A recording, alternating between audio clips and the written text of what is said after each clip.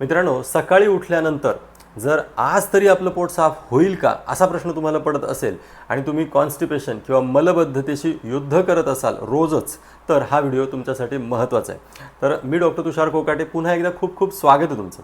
बघा, याच्यामध्ये पोट साफ करण्यासाठी वेगवेगळ्या प्रकारचे औषधं, चूर्ण, काढे, टॅबलेट असतात, ते नियमितपणे घेतले जातात. मग त्याने फरक पडत नाही, मग पुन्हा वेगवेगळ्या प्रकारचे औषधं बदलली जातात, आहारात काही बदल केले जातात आणि तरीही हे जे कॉन्स्टिपेशन आहे, ही जी मलबद्धता आहे, ही काही बरी होताना दिसत नाही. आणि त्याच्यावर मग अनेक लोक पुढं प्रश्न असा विचारतात की डॉक्टर, पोट साफ होण्यासाठी जर एखादं चूर्ण किंवा एखादं औषध कुठलंही आम्ही नियमितपणे घेतलं तर काय बिघडणार आहे त्याने?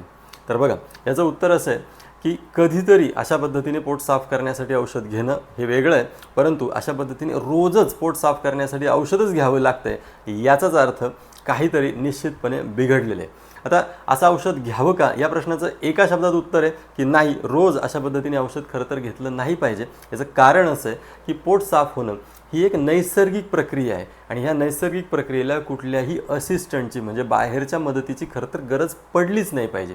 इथे होतंय काय की पोट साफ न होणे हा खरं तर एका वेगळ्या प्रोसिजरचा किंवा एका लॉंग प्रोसिजरचा फक्त एंड रिझल्ट आहे आणि तुम्ही फक्त एंड रिझल्टवरच काम करताय. मी हे नेमकं काय म्हणालो आहे आत्ता? तर बघा, पोट साफ कधी होतं तर जेव्हा तुम्ही अन्न ग्रहण करता, मग त्याचं व्यवस्थित पचन होतं, त्याच्यापासून सारकिट्ट विभाजन होतं. म्हणजे काय होतं तर म्हणजे त्या अन्नातून जे शरीराला आवश्यक आहे ते शोषलं जातं आणि जे शरीराला अनावश्यक आहे ते पुढं ढकललं जातं. त्याचा मग मल बनवला जातो, तो बनतो आणि त्याच्यानंतर तो मल अपान वायूच्या मदतीने शरीराच्या बाहेर टाकला जातो. ही ती सगळी प्रोसिजर आहे. म्हणजेच काय, ही प्रोसिजर तुमच्या जेवताना सुरू होते, म्हणजे जेवण करतानाच सुरू होते आणि त्याचा एंड रिझल्ट हा मलविसर्जन हा आहे. आपण सगळा आपला जो फोकस आहे तो मलविसर्जनाकडेच असतो की हे मलविसर्जन व्यवस्थित झालं पाहिजे, परंतु मलविसर्जन हा एंड रिझल्ट आहे डायजेशन ह्या प्रोसेसचा. मग याचा अर्थ काय, जर तुम्ही ती जी प्रोसेस आहे तीच व्यवस्थित होऊ दिली नाही तर एंड रिझल्ट नेहमी असंच येणार आहे की पोट साफ होतच नाही आहे किंवा थोडंसंच होतं आहे किंवा झाल्याचं समाधानच मिळत नाही आहे किंवा मलाची जी कन्सिस्टन्सी आहे तीच व्यवस्थित होत नाही, आवच पडते, शेम पडते, मल कोरडा होतो आहे, अशा पद्धतीच्या तक्रारी येऊ शकतात. याचं कारण आहे की आपण डायजेशनकडे लक्षच देत नाही. आपण पूर्ण साखळीमध्ये फक्त शेवटच्या कडीवरतीच लक्ष ठेवून आहोत, शेवटच्या एंड रिझल्टचाच विचार करतो आहे. पूर्ण साखळीमध्ये काय ज्या काही गडबड झालेली आहे ती आपण दुरुस्त करण्याचा कधी प्रयत्नच नाही केलेला.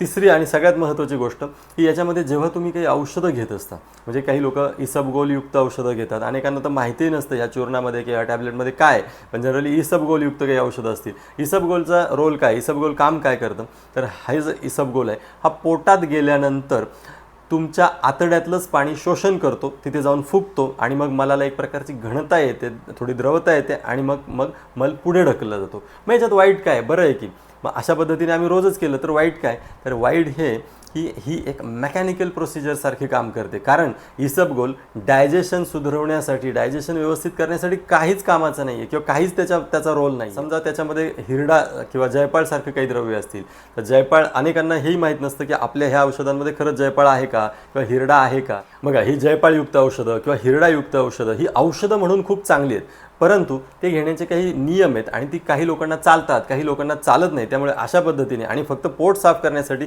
ती सरसकट रोज घेणं हे निश्चितपणे टाळलं पाहिजे. मग आता काय करायचं आहे, पोट तर साफ होत नाही आहे आणि रोज औषध पण नाही घ्यायचं आहे, मग काय करायचं आहे तर बेसिकवर काम करायचं आहे. जर बेसिकवर काम केलं तर निश्चितपणे असं चूर्ण, टॅबलेट किंवा काही काढे वगैरे घेण्याची गरजच पडणार नाही. मग बेसिक काय आहे तर बेसिक नियम याआधीसुद्धा काही व्हिडिओमध्ये सांगितलेले, आजसुद्धा 6 नियम असे सांगणार आहे. ते जर तुम्ही पाळले तर तुम्हाला निश्चितपणे पोट साफ करण्यासाठी वेगळं असं काहीच करण्याची गरज पडणार नाही. पहिला नियम त्यातला मी असं सांगेल ते म्हणजे रात्रीच्या जेवणाचा. रात्रीचं तुमचं जे जेवण आहे हे जेवढं तुम्हाला शक्य होईल तेवढं लवकर करण्याचा प्रयत्न करा. ज्यांना अगदी सूर्यास्ताच्या आधी शक्य आहे त्यांनी सूर्यास्ताच्या आधी करा. ज्यांना काही कारणाने ते शक्य नाही त्यांनी जेवढं लवकर जेवता येईल तेवढं लवकर जेवायचा प्रयत्न करा.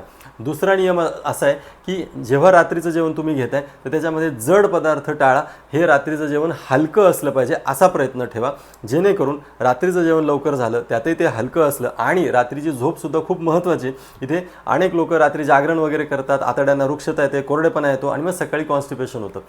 त्यामुळे रात्रीची 8 तासाची झोप व्यवस्थित घेणं, रात्री लवकर झोपणं, रात्रीचं जेवण लवकर करणं, हे जर 2 नियम तुम्ही पाळले तर निश्चितपणे तुमचं पोट दुसऱ्या दिवशी सकाळी व्यवस्थित साफ होणार आहे. तिसरा नियम त्यातला मी असं सांगेल की तुमच्या ज्या जेवणाच्या वेळा आहेत त्या नियमितच असल्या पाहिजेत. असं दिसतं की जी लोक नियमित वेळेवर जेवण करतात, ज्यांचा जेवणाची वेळ निश्चित आहे, त्यांच्यामध्ये वेगवेगळ्या प्रकारचे आजारसुद्धा कमी असतात आणि त्यांचं पोटसुद्धा व्यवस्थित साफ होत असतं.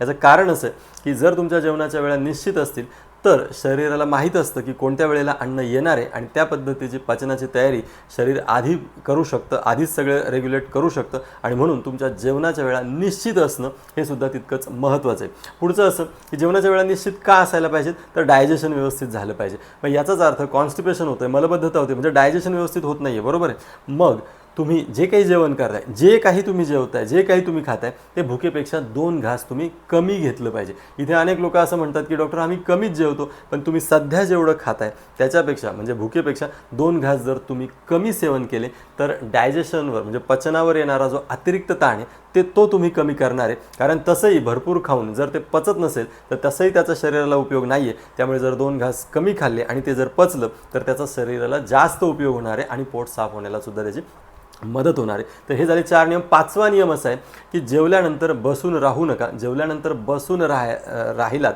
तर आयुर्वेदाने तर सांगितलं ते भुक्तोपविशत तुंदम, म्हणजे काय, जेवणानंतर बसून राहिलं की पोट वाढतं. पोट का वाढतं इथे, तर पोट वाढण्याचं सगळ्यात महत्त्वाचं कारण इथे असं असतं की गॅसेस म्हणजे वायू म्हणजे पोटामध्ये कोंडून राहतो, तो पुढं ढकलला जात नाही, त्याचं अनुलोमन होतच नाही आणि म्हणूनच आयुर्वेदाने जेवल्यानंतर तसंच बसून राहण्याऐवजी शतपावली करण्याचा सल्ला दिलेला आहे. शतपावली म्हणजे काय की जेवल्यानंतर थोडंसं तिथेच फिरायचं.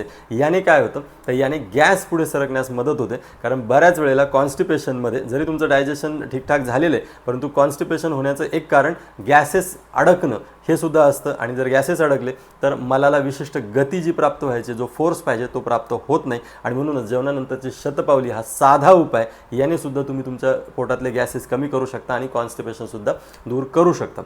आणि आता 6वा नियम आणि उपायसुद्धा तो मी नेहमीच सांगत असतो, अनेक आजारांवर सांगत असतो, कॉन्स्टिपेशनवरही तो तितकाच गुणकारी, तितकाच महत्त्वाचा आहे. तो म्हणजे बऱ्याचदा असं दिसतं की पोटाला रुक्षता म्हणजे कोरडेपणा आलेला आहे आणि म्हणून पोट साफ होत नाही आहे. आणि हा कोरडेपणा किंवा ही रुक्षता बरी करण्यासाठी, दुरुस्त करण्यासाठी तुपाची खूप चांगली मदत होत असते. त्यामुळे रोज सकाळी एक अर्धा ते 1 कप दूध आणि त्याच्यामध्ये 2 चमचे तूप अशा पद्धतीने जर तुम्ही नियमितपणे सुरू केलं तर निश्चितपणे पोट साफ करण्यासाठी हे एक अमृतासारखंच काम करतं असं म्हणता येईल. त्यामुळं रेग्युलरली कुठलं औषध घेऊ, कुठली टॅबलेट घेऊ, कुठलं काढा घेऊ, कुठलं चूर्ण घेऊ, असं काहीतरी शोधत बसण्यापेक्षा जर तुम्ही हे 5-6 नियम सांगितलेले हे पाळले, आयुर्वेद फॉलो केला तर निश्चितपणे कुठल्याही अशा पद्धतीचे वेगळा असिस्टंट घेण्याची, पोट साफ होण्यासाठी वेगळं काही करण्याची गरजच पडणार नाही. फक्त ह्या नियमांचा आधार घेऊनच, ह्या नियमांचं पालन करूनच तुमचं पोट व्यवस्थित साफ होणार आहे. असो, तर आज इथे थांबतोय. ही माहिती, हा आयुर्वेद, हे नियम तुम्हाला कसे वाटले